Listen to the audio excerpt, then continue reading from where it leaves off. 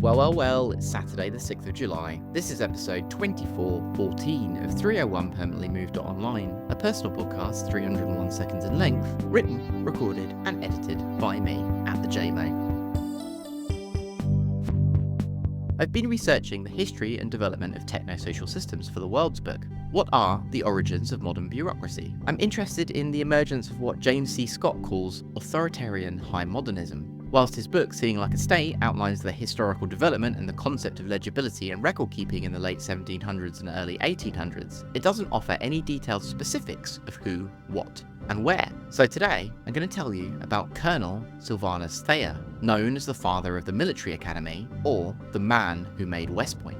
Materials for today's episode are drawn from James William Kirshner's 1976 doctoral thesis, Hoskin and McKeevy's 2000 paper, Knowing More as Knowing Less, and Neil Postman's 1992 book, Technopoly. Sylvanus Thayer was born in 1785 and attended Dartmouth College. Graduating in 1807, he was then personally appointed to the West Point Military Academy by President Jefferson. He graduated within 1 year and was commissioned second lieutenant in the US Army Corps of Engineers in 1808. At the age of 23. Active during the War of 1812, Thayer directed the fortification and defence of the city of Norfolk, Virginia. Then after the war, he travelled to Europe in 1815. His mission? To study the latest developments in science and engineering. In Paris, Thayer spent 2 years studying at École Polytechnique, a crucial moment in this story, as the university at the time graded students' examinations by giving out numerical marks. Receiving school grades on term papers or a score at the end of a performance review at work seems obvious to us now, natural even, but back in 1815, when Thayer was in Paris, the idea was still new. The concept of grading student papers was proposed by Cambridge University tutor William Farish and first implemented in 1792. The practice then quickly spread across European universities. As Neil Postman notes, the idea that a quantitative value should be assigned to human thoughts was a major step towards constructing a mathematical concept of reality, a world model, as it were. In 1817, President James Monroe ordered Thayer back from Europe to become the superintendent of West Point Military Academy. Upon his arrival, Thayer found total chaos.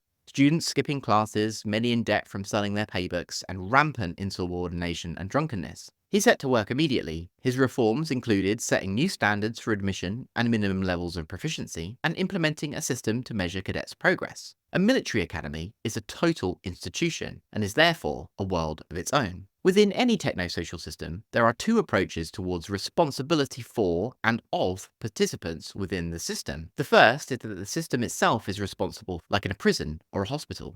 The system is responsible for the care of and control over all the actions of the world's inhabitants. The second approach is that responsibility for actions taken within the world fall on the participant alone, like in most video games, or in the example I'm about to give, education. One of Thayer's innovations at West Point was his philosophy that cadets are responsible for their own learning, not the institution. This approach, now known as the Thayer method, emphasizes the role of the individual in their education. We provide the environment, you do the learning. Thayer's West Point educational environment was divided into 2 divisions, each organized hierarchically in a line and staff system, much like a modern business. In addition to the introduction of grades, professors and section leaders were required to file written reports every Sunday on the progress of their students. A system was then instituted in the central office to keep track of which cadets had neglected their lessons or not made any suitable progress. As Hoskin and McKeevy write, daily, weekly, and monthly reports were required, all in writing. There were continual relays of written communication and command going from the bottom to the top of each line before being consolidated and passed to the central staff office. He also established an internal economy with budgets for departments and individuals, controlled through a hierarchical system of double-entry charge-discharge bookkeeping. This marks the beginning of what Hoskin and McKeevy call modernity's grammatocentric principle, meaning this was when everything began to be organized around the use of writing and the flow of information. This approach, of course, significantly influenced West Point's graduates, who took this new style of management into industry. In 1800s America, Thayer's graduates were instrumental in creating the modern age. Like working on the railroads, the first American business to operate within a formal administrative structure manned by full-time salaried managers. And, interestingly, at Springfield Armory, the place that developed single-process manufacturing 50 years before it became known as Fordism. So, despite the military environment,